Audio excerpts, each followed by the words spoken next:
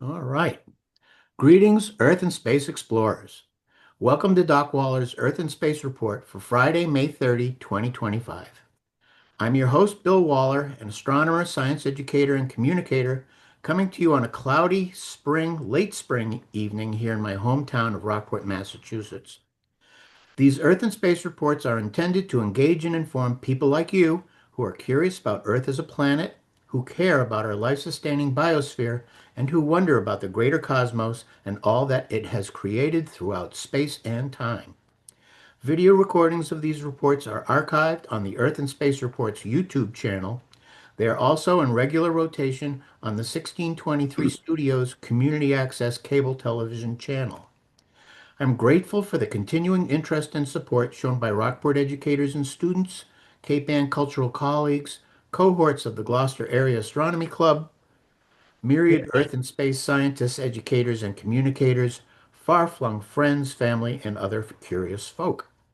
Thank you for your active participation and encouragements. This evening, I'm pleased to be hosting Catherine Petretti of the Harvard-Smithsonian Center for Astrophysics here in Cambridge, Massachusetts. Catherine is a third-year graduate student in astronomy at Harvard University. She attended Villanova University and received a degree in astrophysics. During her time at Villanova, she studied a wide variety of topics in astronomy, including the orbital patterns of black hole X-ray binaries and the development of next-generation radio observatories. Since beginning her PhD in 2022, her research focus has shifted to early universe cosmology. Catherine now studies cosmic inflation, which will be the topic of today's talk. Her research focuses on studying different models of cosmic inflation, what signals we expect them to produce, and how we can detect these signals with future cosmological experiments. Her research has shown that future observations of the cosmic microwave background will play a key role in determining the dynamics of cosmic evolution and will further our understanding of the early universe. In this talk, Catherine will give an introduction to cosmic inflation, why it is such an appealing theory, and how we can hope to observe it in the next couple of decades. So let's get going. The Zoom platform is all yours, Catherine. Great. Thank you so much for that introduction. Let me share my screen here. Okay. Looks Yes, good. so great. So I'll be talking about cosmic inflation, the solution to the Big Bang's problems. And with this title might come several questions to mind. Um, Such as what even is the Big Bang? What evidence do we have for the Big Bang? And what are the problems that I bring up in this title? Um, and then what is cosmic inflation and how does that solve the Big Bang's problems? So I will be answering all of these questions in this talk. Um, so first, let's start at the beginning, like literally the beginning of time, and talk about what the Big Bang is. So the Big Bang is this theory that basically says that the early universe started out as a very hot, dense plasma. And over time, the universe expands, and as it expands, it cools down. And this cooling allows for various structures to form in the universe, resulting in what we know as the universe today with galaxies and our solar system. So I'll briefly kind of go through the history of the universe as it has evolved from the Big Bang, and sort of give you an overview of what has happened in the universe. So this diagram is sort of showing like a diagram of the timeline of the universe, and I'll kind of go through all of these stages. So in the very early universe, this is sort of where most of our knowledge about the universe is unknown. Um, in the theory of the Big Bang, we start from a singularity, which we sort of mark this as the beginning of time. And then things evolve very rapidly in the early universe in terms of fractions of seconds of things happening. And in the first 10 to the minus 43 seconds, we call this the Planck era. And during this time, we don't really know what is happening because the universe is so hot and dense at this point that our theories of how physics works breaks down. So we don't exactly know what happens at this time. But then beyond that, the universe starts to expand and cool. Um, throughout the history of the universe. And in the early universe, around 10 to the minus 11 seconds, the universe cools down enough for protons and neutrons to form. And then after this, around a couple minutes in, we have Big Bang nucleosynthesis, and this is where nuclei start to form. So we get heavier forms of hydrogen like deuterium and tritium. We get various isotopes of helium, and then a little bit of some lithium and beryllium as well. Most of the universe, though, is still made up of about 75% hydrogen, which, if you're just talking about the nucleus of hydrogen, it's really just going to be one proton. Um, and so that's pretty much the key moments of the early universe. And then after that, really not much happens until about 400,000 years after the Big Bang. At this point, we have an event called recombination. So at this point, the universe, like I said, is mostly made up of hydrogen nuclei, which just consists of protons. We also have free electrons roaming around. Um, and then we also have photons. And because hydrogen nuclei have not formed into hydrogen atoms and we have free electrons, these photons will keep scattering off of the electrons.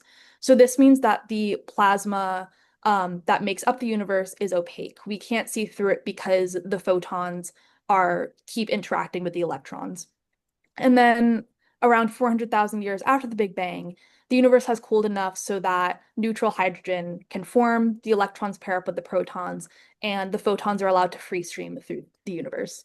So this event is called recombination, and it leads to some observations that we have called the cosmic microwave background, or the CMB for short. So this is a image that has been taken of the cosmic microwave background. So basically, if you look out into the universe in any direction, you will see that there is light being emitted from the edge of the universe. And when you put it all together in a spherical map, you end up with this image. So this light was emitted at a temperature of around 3000 Kelvin. But when we account for the expansion of the universe, we note that light gets stretched out and is redshifted. And this means that at the time that we observe it, we actually observe it at 2.7 degrees Kelvin. And all of the radiation that comes from this is at the same temperature, with a difference from that 2.7 Kelvin. The differences start to show up at around 10 to the minus 4 Kelvin. So about 4 decimal places out, all of the light is the same temperature. So this map is showing those fluctuations at around the 10 to the minus 4 mark. So this is the cosmic microwave background, and this will be important for our story of inflation. This is basically the farthest back we can see because before that, the plasma was opaque to light, so light couldn't travel through. So we're kind of going to observe anything in astronomy, we need to have a light source for it. So the cosmic microwave background is the farthest back we're able to observe. And then kind of just to go through some of the history after the cosmic microwave background forms. At this point, the universe is now transparent. We can see through it, but there's nothing really in it. So this is what's known as the dark ages. There are no stars or galaxies yet. And then around 200 to 400 million years after the Big Bang, the first stars form from clumps of gas that have grown dense enough to allow for star formation. And this leads to a period known as reionization, where the gas from the stars is able to ionize the gas that's around it.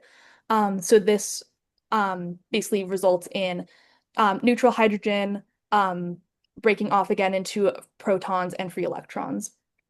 And then after this period, we get more and more structures forming as clumps of dense gas sort of gravitate more and pull more and more matter towards it.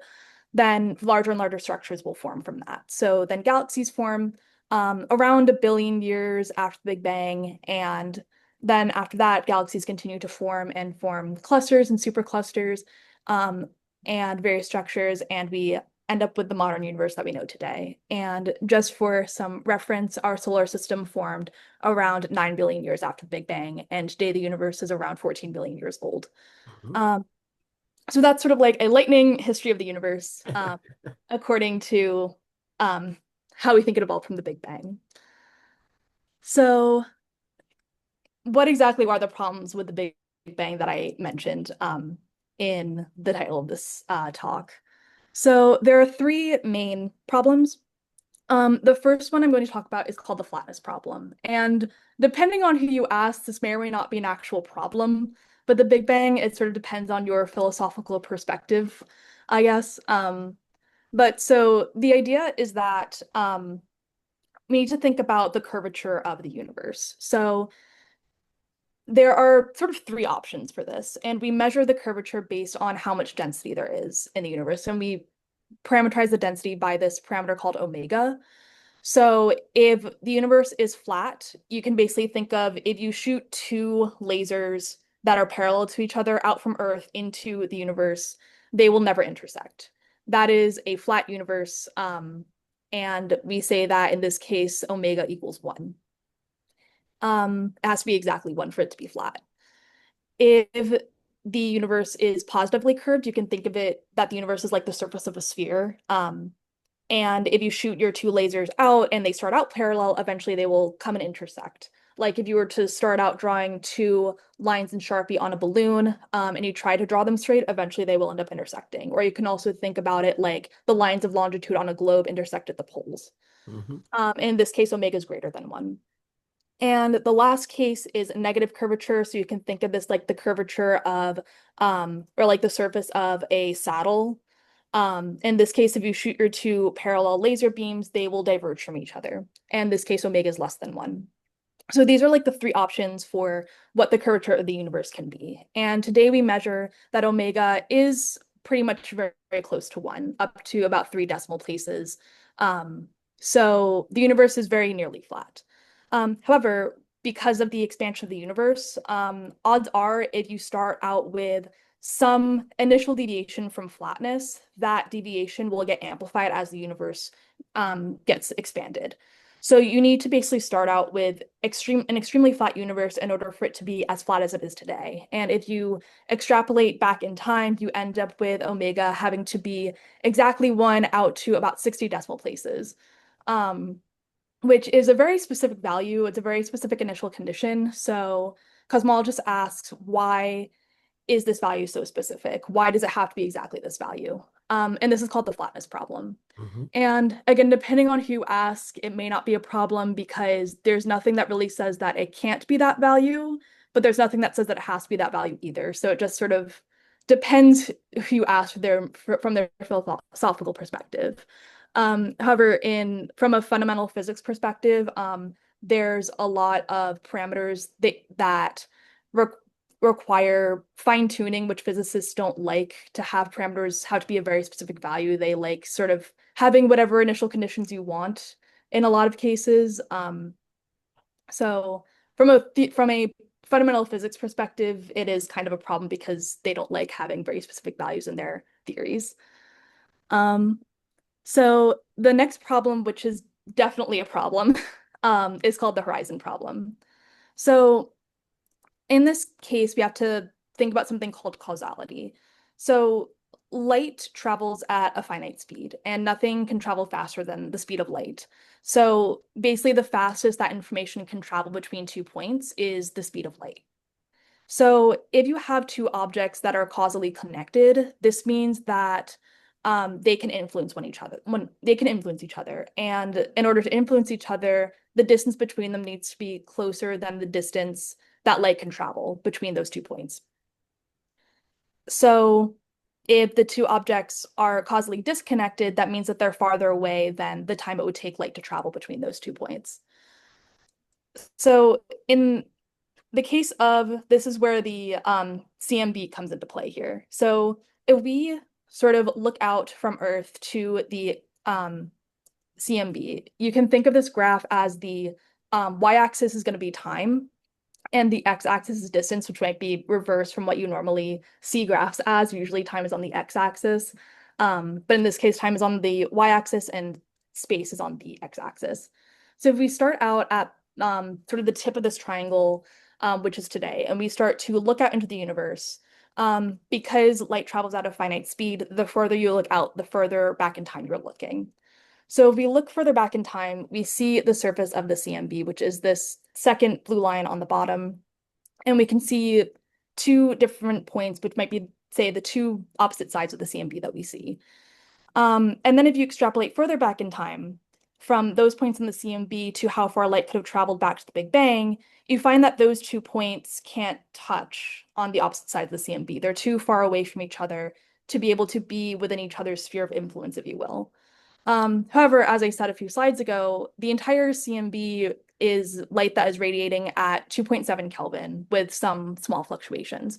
So how did the CMB get to be all the same temperature if most of these points within the CMB are out of causal contact? There was no way for them to be able to talk to each other to sort of equilibrate out into the same temperature. So how exactly did the CMB become so uniform in the first place? So this is called the horizon problem. And the last problem is called the magnetic monopole problem. This was actually the original problem that the CMB was proposed to, or sorry, that inflation was proposed to solve. And then it just so happened to solve the flatness and horizon problems after that. The basic idea here is that we don't see magnetic monopoles in nature. So normally, we know of magnetic dipoles. So this is where if you have a magnet, you have a north pole and a south pole. Anytime you break a magnet, like if I take this magnet and I break it apart in the center, the north, the both halves will develop a north pole and a south pole again. You can never have just a north pole or just a south pole. However, fundamental physics predicts the existence of magnetic monopoles where you just have a north pole or just have a south pole. So why don't we see these in the universe? So those are the three main problems essentially, that the solution to which is cosmic inflation, not economic inflation. Okay. Um, so the basic idea here is that shortly after the Big Bang, around 10 to the minus 34-ish seconds, so this is after the Planck era, but before neutrons and protons have formed, um, around this time, the universe has an extreme growth spurt. It just expands exponentially fast in a very short time, about 10 to the minus 36 seconds. Um, and that is inflation. So you just basically insert this extra period into your Big Bang theory where the universe just inflates and expands extremely, extremely rapidly. Um, Inflation is actually also is able to explain how structure has formed in the universe. And this explains why there are fluctuations in the CMB. So if you have a vacuum, quantum mechanics will predict that that vacuum will have some sort of fluctuations. So if you have like nothing in your space-time, the space-time itself will start to fluctuate. And these are called quantum fluctuations.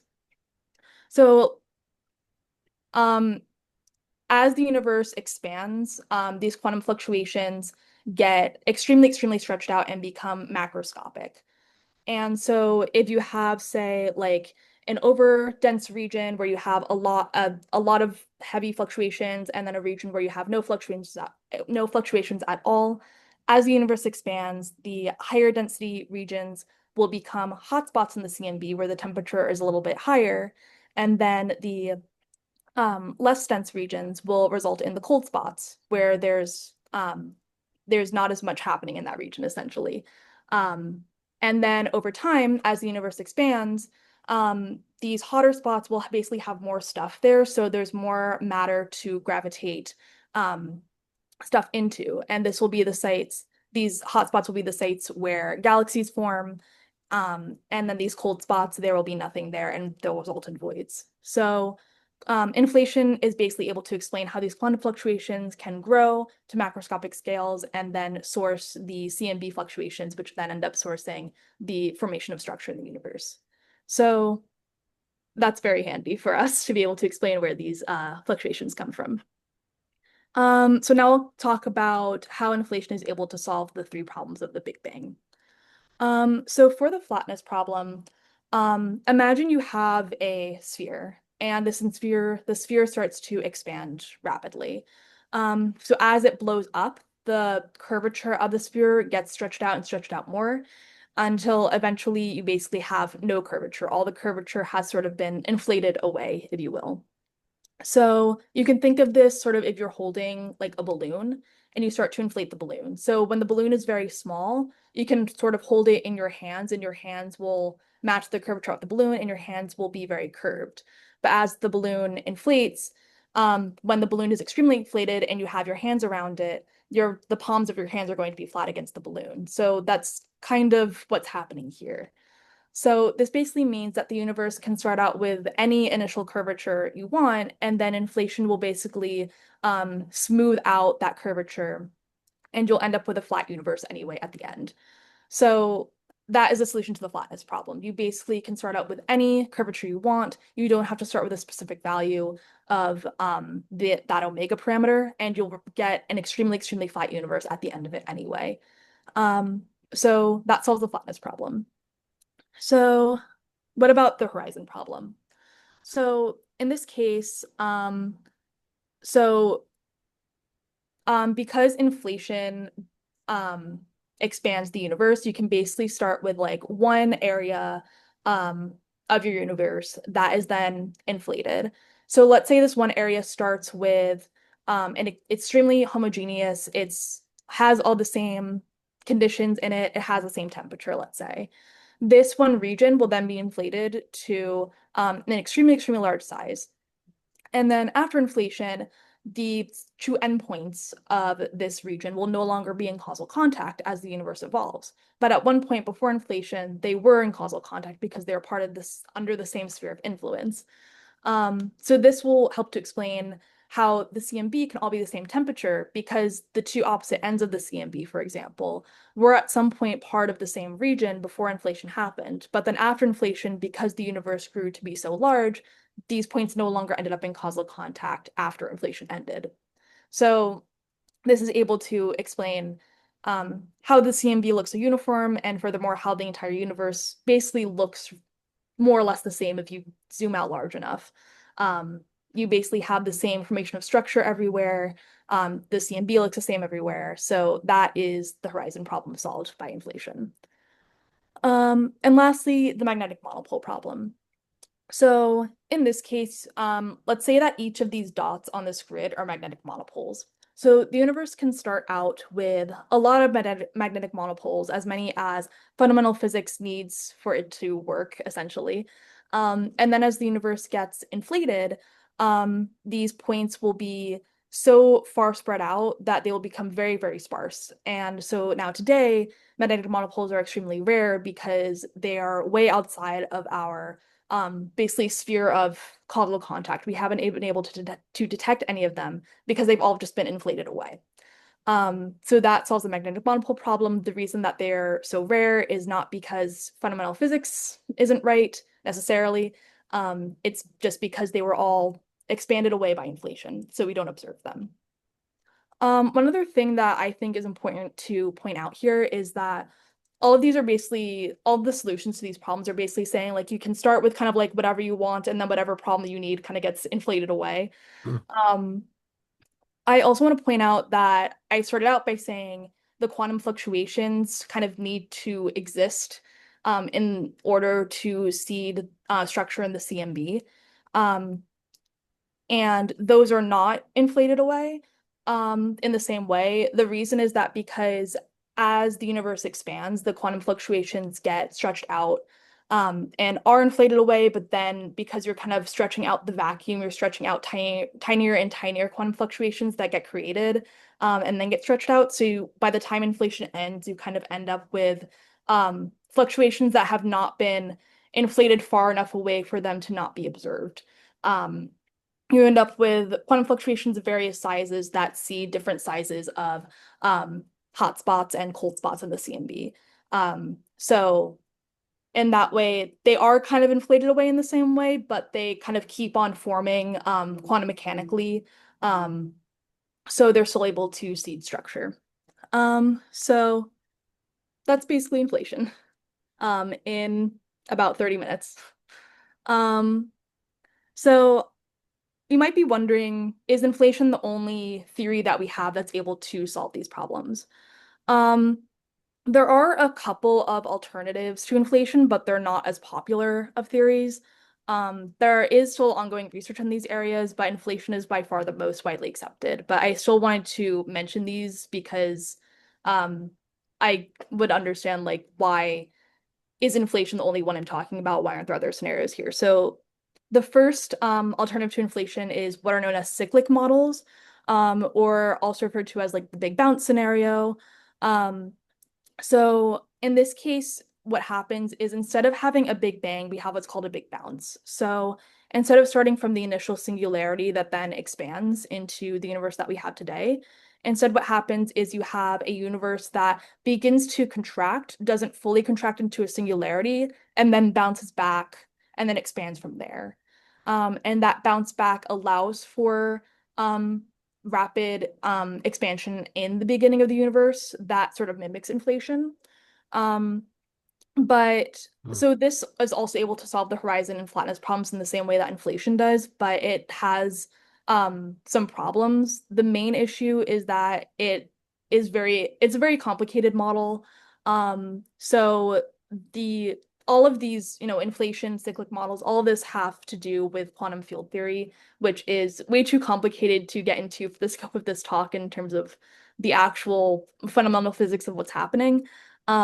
But at least for these types of models, the associated quantum field theory is extremely, extremely complicated. So it's not really that much favored and it has its own internal issues. And on top of that, once you start to consider radiation and the anisotropies, such as those in the CMB that inflation is trying to solve, the theory can get very unstable. So it's not really a favored model. It was historically favored, I believe around like right before inflation was proposed as a solution in the 1970s. But it's kind of fallen out of favor, even though there's still some research into it. It's definitely not as popular today. Another alternative to inflation is called string gas cosmology. And by the name of this, you might guess it has something to do with string theory, and you would be right.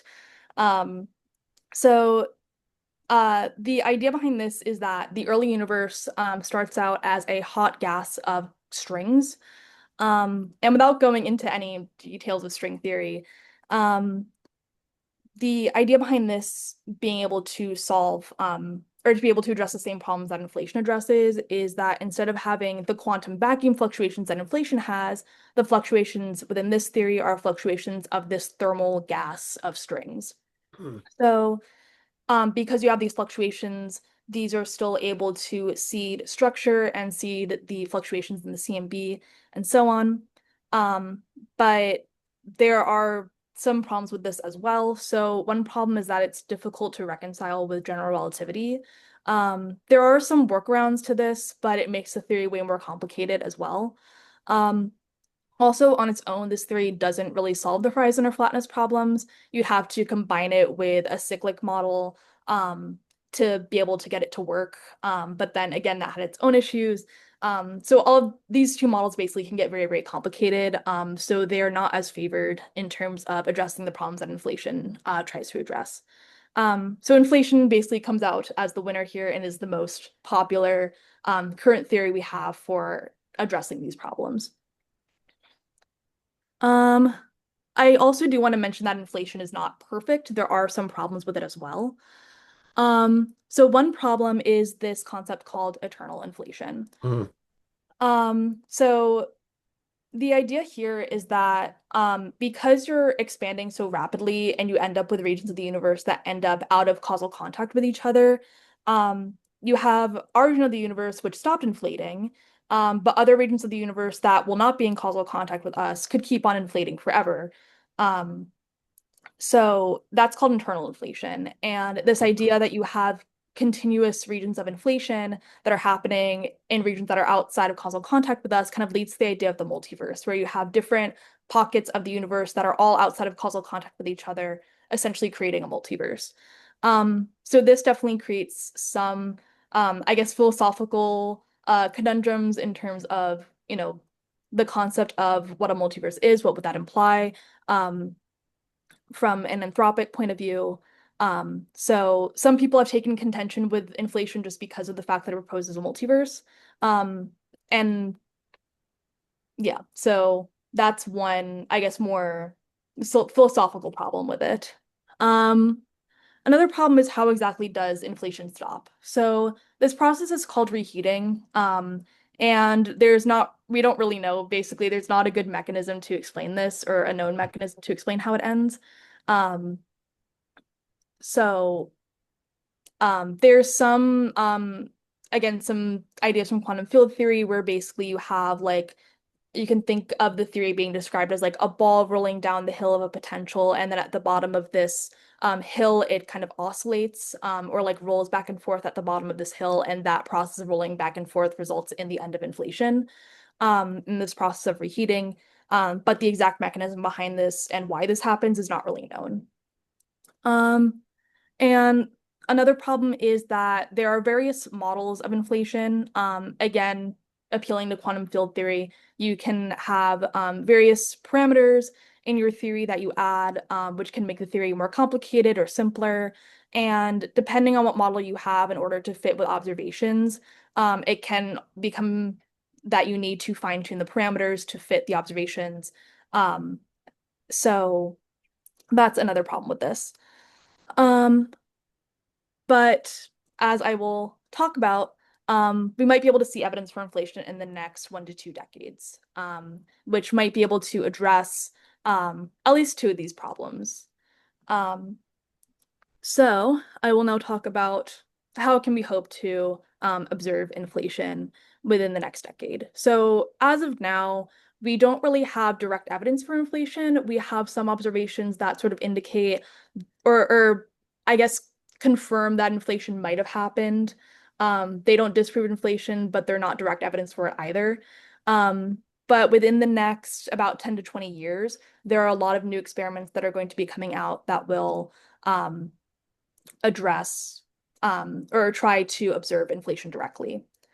So the main way is to detect inflation is gravitational waves. So a gravitational wave is essentially where you have a massive object accelerating generates gravitational radiation. So the most common example of this is if you have two black holes orbiting each other, they will result in ripples in space-time, which we can observe and have detected with experiments such as LIGO. Um, and so these are gravitational waves, and inflation might have produced them in the sense that if you have your quantum fluctuations that are rapidly expanding, you essentially have matter that is accelerating exponentially fast, and that can produce gravitational waves. So in the CMB, light is polarized based on how it was last scattered off of the electrons.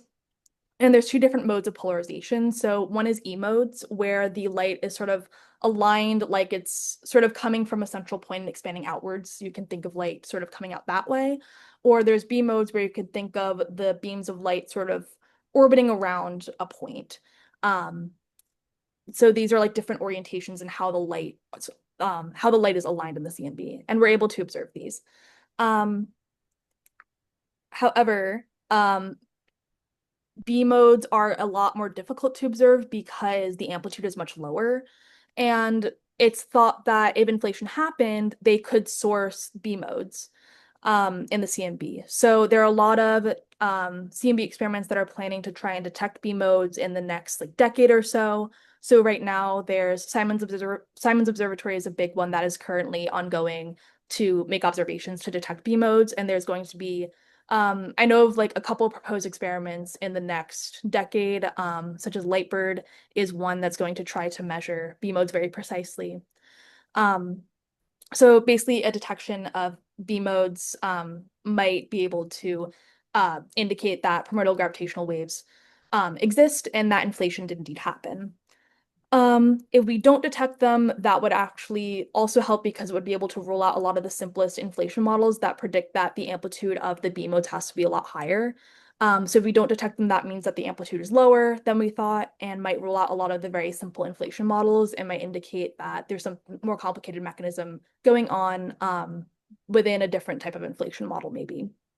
Um, there are some main challenges with this. So, one is that astrophysical foregrounds play a big challenge to this. So, for example, dust can get in the way of your observations. So, if you have an E mode polarized light that then interacts with dust, that can basically scramble the polarization and result it turning into a B mode. So that would add to the amplitude of the B modes. but it wouldn't come from gravitational waves. It would come instead from interactions with dust. Um, Another example is weak lensing, which basically if you have a galaxy cluster in the line of sight with the CMB that you're observing, as the light kind of comes around the galaxy cluster, it will get warped due to like general relativity. There will be distortion in space-time due to the fact that that galaxy cluster basically exists and will affect the space-time around it. So the light coming from around it from the CMB will get distorted, and that can result in, again, converting E modes into B modes. And again, amplifying the signal of B modes when it's not coming from a primordial source. So those are two main challenges that would affect this detection. Um, Another example of prospects for detection is non-Gaussianity. So the fluctuations in the quantum fluctuations from inflation are theorized to be very close to a Gaussian. So they would look something like this surface graph here, where each of the peaks and the troughs of the fluctuation field are basically like three-dimensional Gaussian curves. However, there are interactions that can exist between the fluctuations, and if there are other particles that are present during inflation, there can be interactions between this fluctuation field and those particles as well that can result in deviations of this Gaussianity. So there have been some attempts to measure this, include also observations in the CMB and also observations in the distribution of the large-scale structure of galaxies.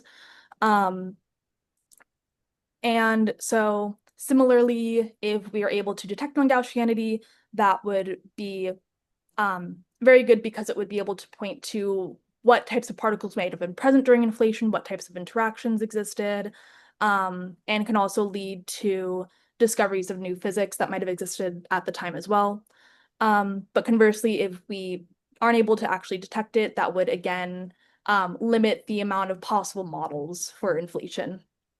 Um, so the main challenge with this is that it's a lot harder than in the case of the CMB to be able to distinguish the effects of the primordial non-Gaussianities with um, other sources. So noise is also a huge issue. Um, so again, it's a lot harder to detect. You need very high precision, and this might be more of a futuristic goal than the B modes. But that is another possible form of detection for inflation. And then the last way to detect inflation is with primordial features. So these are basically where your model of inflation gets very complicated. This graph is um, complicated to say the least. It's basically showing that in your simplest inflation models, you have a correlation between the different fluctuations that is basically a straight line. And basically what this means is that all of the fluctuations you kind of predict won't really affect each other too much. Um, but you can have different primordial features in that happen during inflation that basically allow the different fluctuations to influence each other on different scales. And they result in these oscillations in the signal that we might be able to detect. So different models, for example, this one can result in different types of oscillations. And these can all get a bunch of different parameters in your theory that have to be adjusted that will give you different types of signals as well. So in this model, each of these graphs is kind of showing like if you change each of the different parameters in the theory, you will get a different looking signal. So these types of models can leave imprints in the CMB and large scale structure that are a lot easier to detect in theory. So basically right now, if we have like say an uncertainty in CMB data and you have some error bar on a data point, and within that error bar, there's some wiggle room to basically allow for these oscillations to happen. But then as we get more precise data, that error bar gets shorter. And within that error bar, that because that error bar gets shorter, it might rule out some of these oscillations, or it might still align with some of these oscillations as well. It might even rule out if the spectrum was flat even. So that's sort of the idea, but detection for primordial features. Um, so if we detect that, that would sort of indicate that there's a more complicated inflation model going on. A lot of these theories come from fundamental physics, so it would indicate the existence of some fundamental physics happening and increase our understanding of it. So also a benefit of using these models as well is that it increases the energy scale of inflation. So it basically allows you to reach energy scales way higher than what we can reach in particle accelerators on Earth. So it basically allows you to get an extremely, extremely high energy happening during inflation that allows you to um, see effects of physics happening that we wouldn't be able to observe on Earth. So that's one of the benefits of using these models. Um, the main challenge to this is getting efficient data analysis techniques to be able to scan the parameter space. Because these types of models introduce so many new parameters, it's very difficult to have very efficient data analysis techniques and be able to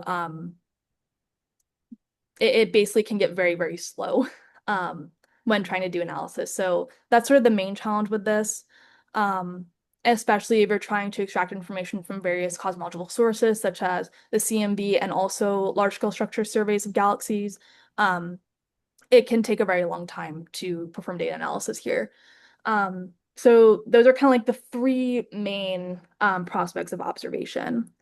And that concludes my talk on inflation. Thank you so much for coming, and let me know if you have any questions. All right. I got questions. Yeah, please. Um, they've done a lot of stuff lately on looking for something called a graviton. Are you familiar with any of the work they're doing there? Somewhat. Where are they looking for what they think to call a graviton? Is it on the atomic scale? Is it in the universe scale? Is it in the electromagnetic spectrum, the light spectrum? I mean, where do you start looking and what would you use to detect something called a graviton? So as I understand it, the graviton has to do with quantum gravity, right? So the scale on which we think gravity starts to become quantum is the Planck scale that I mentioned at the beginning of the talk. So that's an extremely high energy where we don't really understand much about what's going on physically, because that's the point where gravity starts to become quantized. Um, so we would have to kind of look there. That's But kind of, that's kind of an excuse, though, because right, the region is completely unknown. right, And when you talk about fundamental forces, they always say, oh, gravity is a fundamental force. But how can it really be a fundamental force when you need mass to have gravity? And there is no mass in the early universe. It's particles and it's atomic structure flying around with no mass. And until well after the reionization phase and mass starts to accumulate, you finally get mass in enough density to distort the space it's in. The mhm, space distortion is what gravity is called.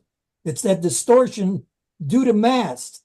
And if you have enough mass, you get a big, well, three-dimensional in.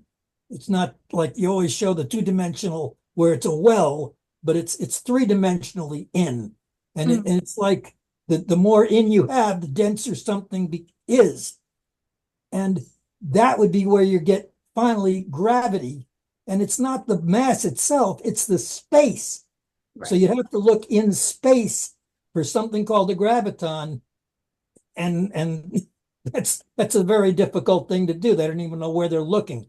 And, right. and there's one more thing. When you're talking about the 0 point energy and the quantum fluctuations, you're saying that when space expands, those become smaller. I disagree. I think as space expands, there's more space, and the quantum fluctuations are a result of space, not the flattening out of it, thinning out of it. Right. So the more space you have, the more quantum fluctuation, it gets more active. It doesn't get smaller, it gets more. It's a really, this is what I've been thinking for the last 70 years almost of hey, this is what's going on in the universe. I've been studying it since I was 12 years old, and the last 40 years of a career have been spent in building ion implanters, making plasma, implanting atoms into silicon, the chemistry, the physics of all that. And I'm not a scientist. I have no degree. I'm an ex-car mechanic. However, there's a simplicity to understanding something that I'm not complicating it. I've listened to Feynman, and I've listened to Tegmark, and I've listened to Carroll, and I've listened to all the other physicists at the Royal Institute lectures. I got a lot of thoughts, but I have no way of making math out of any of it. It's just a very fascinating field. And thank you for your lecture. Yeah, thank you. Yeah, so I would just say to like your last question about like the quantum fluctuations, maybe there's some misunderstanding maybe in either what I said or how it came across. But the idea is that the quantum fluctuations in the vacuum exist. Yeah, Right. And then as the space expands, they get bigger, and get larger, and those seed the formation of structure. Um, the space, not the vacuum fluctuations, but the entire universe itself is what becomes flat. But the quantum fluctuations are still there. sure. And then right now it's what, about 70 kilometers per mega per second per megaparsec as the expansion is proceeding, between 67 and 73 or whatever the numbers are that they use. It's a but that just means more energy is being created. I always think that the membrane example, where the two membranes in space, parallel universes, let's call it, have contacted, one leaks into the other, and that's where the Big Bang originated from, where you've got energy in one brain, and then membrane going into an empty membrane. There you go, inflate, and there you're starting to create a universe. It's a fascinating area of research. I wish you a lot of luck pursuing it. We've learned a lot in the last 100 years that we never even imagined was possible, and now it's all kind of flowing out. Like, what else? What else? Great. Michael, So you had pick up something all to the say. time. Yeah. You're muted. There we go. Catherine, you're dealing with a lot of very high energy phenomena. And I just wanted to ask really quick, is any useful research going on? Is any useful data being generated at colliders like CERN? Um, I am not a collider physicist, so I don't know too much about what's going on there. Um, but as far as I understand it, the current landscape of particle physics is that sort of after they discovered the Higgs boson, there isn't too much going on. Like there's no major discoveries happening, and you kind of have to wait for like next generation colliders that can reach higher and higher energies to be able to make a huge new detection. I mean, is that a telescope for you? So in terms of at least this is like one reason why inflation is so appealing, and especially like at the end when I talked about primordial feature models, is because they allow you to reach even higher energies.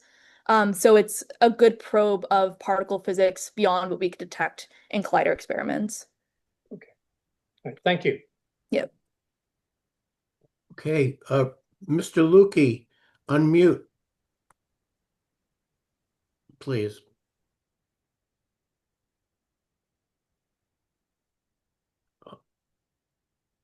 You want me to do it? You're Am good. I muted now? Yep. Okay. Well, I have a two-part question, both simpler than the two questions that went before from Arthur and Michael. It goes back to your first slide, which is that familiar picture of of cosmology where we see the Big Bang and then the period of heat and cooling and the galaxy formation. What is the history of that that theory? I mean, when did we come up with that? And what, if anything, was the model that went before it? Yeah, so the Big Bang, I believe was first proposed in around like the 1900s, by there was a French priest named Lemaitre who was the first to propose it.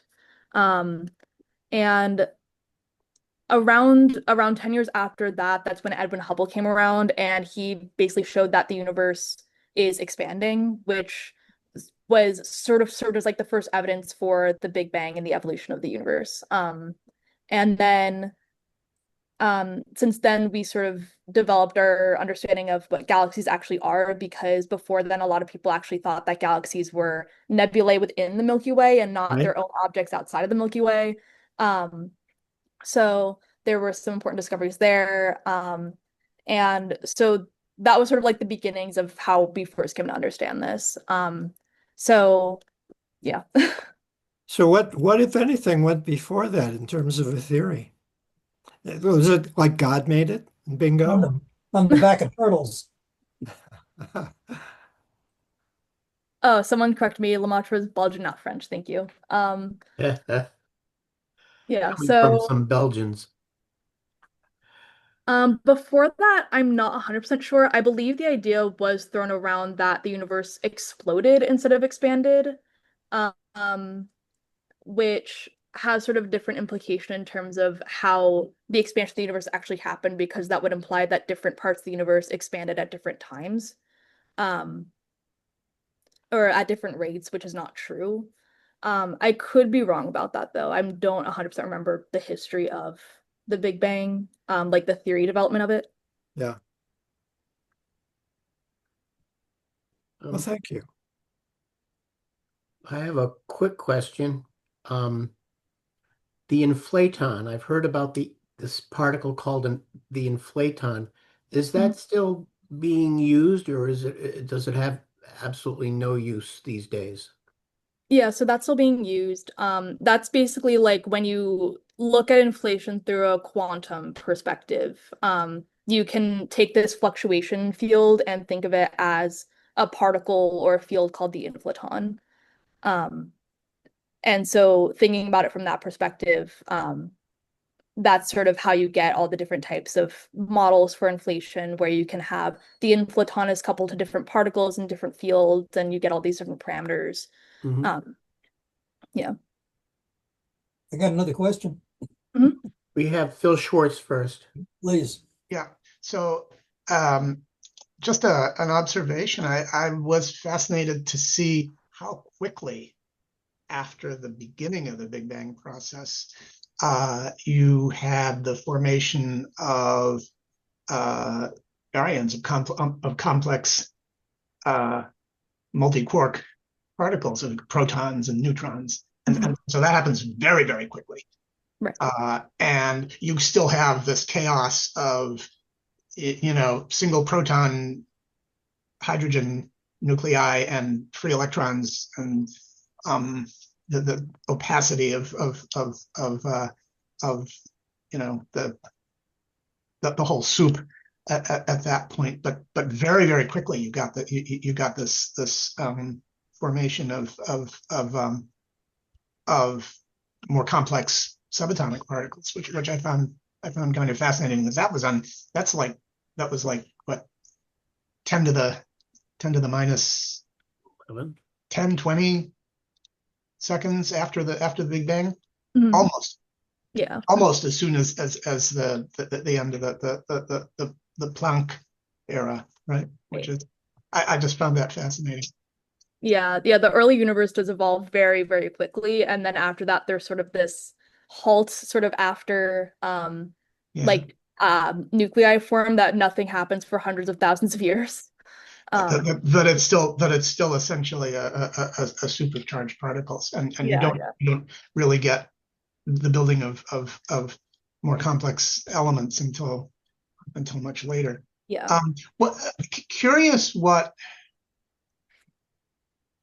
we know about the forces that essentially cause the larger scale of accretion of matter, not so much at the atomic nucleus level, but at the level of how you begin to get clouds of gas and so on, condensing so that there's some variation in density. There's stops being a soup and it starts being, masses of clouds that eventually the cumulative gravity can ignite stars and get us to where we are now, right?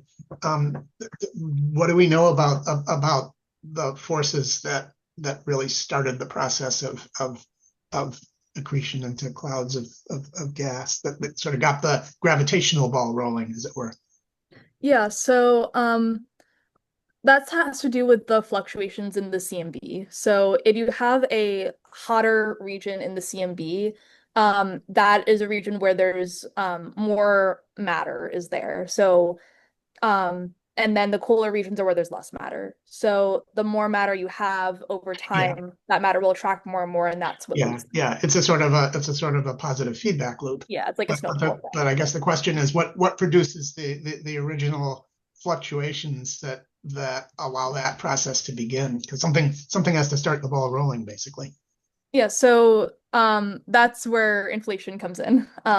So inflation, the idea is that you start with a vacuum with like nothing in it, and then you have, because of quantum mechanics, you end up with these fluctuations in the vacuum that just sort of have to exist quantum mechanically. And then as you have this rapid expansion, those fluctuations grow up to be larger. Yeah, And yeah, that's what sort of allows in the regions where there's more fluctuations, more matter is attracted into those regions. And then where there's less fluctuations, less matter is attracted there. And that's what leads to the different fluctuations in the CMB. yeah, yeah. That's sort of how the ball starts rolling. Yeah. I have another question, and then I'll be quiet. Um, the cosmic microwave background, as rendered by Planck, the Planck mission, has what I see as some structure. It has these, there's kind of in the middle of it, there's this dark blue blob, and then I can see kind of a string, a string of brighter blobs, yellow blobs, and you know, you might be in that world of the statistics, what statistical model w would create those sorts of features. But I'm just wondering whether people have actually tried to interpret it in a more phenomenological way. Yeah, I mean, in terms of the fluctuations, the idea is that it's all just a Gaussian random field. But and there are like some small non-Gaussianities in there as well. I do know of some research that's being done about trying to see if the CMB actually is not isotropic. Um, so I know of that going on. I don't know if that answers your question though, but Yeah. Um, of course, we humans, we see patterns which don't yeah, exist. yeah. So I liked Phil Schwartz's comment here, the CMB background map, Rorschach diagram. Rorschach test. Oh, You the saw the one, horror. you saw the one before that about the steady state versus the expansion. That Oh, was yeah. that was Same. like Yeah, before the Big Bang, steady yeah, state. yeah, yeah, yeah. Yes. I'm curious about gravity is an electromagnetic force. No, gravity is a No, different force than right. So it electromagnetic. travels at the speed of light, and it's not light. Right, that is a question as to why that works out the way it does, but Sure, I got a lot of those. yeah. Yeah. Um, but the other thing is the reionization. Considering I made ions for a living, Mm. when did it not be ionized? I mean, when you come out with a Big Bang, you got tremendous heat and temperature, and that would cause ionization to start. Then it cools off, and then all the electrons find hydrogen nuclei protons, and they combine. And what is the reionization, where it loses the electron to become ions again? I mean, isn't that when you say reionization, you're making ions? Right. So that happens right after the first stars start to form. The heat from around the star causes the neutral hydrogen to become ionized again. Where'd you get the hydrogen to form stars then? I mean, it has So to accumulate and get mass enough to get enough crush to ignite fusion. right. So you start out with neutral hydrogen after the CMB is formed. And then because you have those density fluctuations in the CMB, the more dense regions will attract more and more matter and will create more and more dense clouds that will collapse into stars. It's going to be an interesting place to study. Yeah. It Good all luck. happened so fast. Yeah. Well, yeah, yeah. Thank you. Yep. Well, if we don't have any other questions, I I think, have we have one from Vivek. a quick question. How does the appearance of the Big Bang, all of this matter and energy, how does it jive with all these sort of fundamental laws about conservation of energy and matter? What, how does that, how does that come about? Um, Why would you something coming out of nothing? Mm. in terms of like the inflation scenario?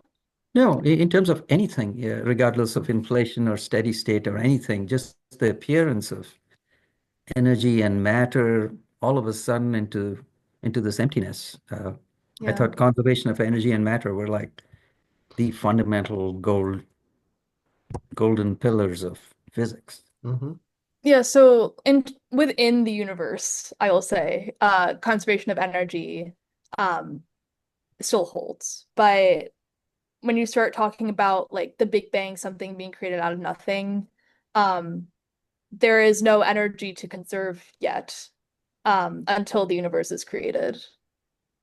So it gets very Mm. theoretical and philosophical when you start thinking about that, but Really philosophical, more like, I yeah. guess. Yeah, yeah. There's no As, answers out there. as Phil Schwartz commented, Vedic or Buddhist notions of cyclical creation slash destruction slash creation. Yeah, something out of nothing, why is there existence? Well, Right. in our own tradition, there were these fellows named Tohu and Bohu way back before anything else, right? The strange terms that only appear there in the Hebrew of the Book of Genesis, about the universe being void and without form. I think that's how King Hmm. James translators dealt with Hmm. those words. But that's what they are. And as for electromagnetism, Arthur, the MIT Hillel used to sell a T-shirt that said "and God said," and then there were the four Maxwell equations, and at the bottom it said "and there was light." It was like, yeah. Thank you. You And have to start a philosophy course next, Bill. yeah, I see it coming.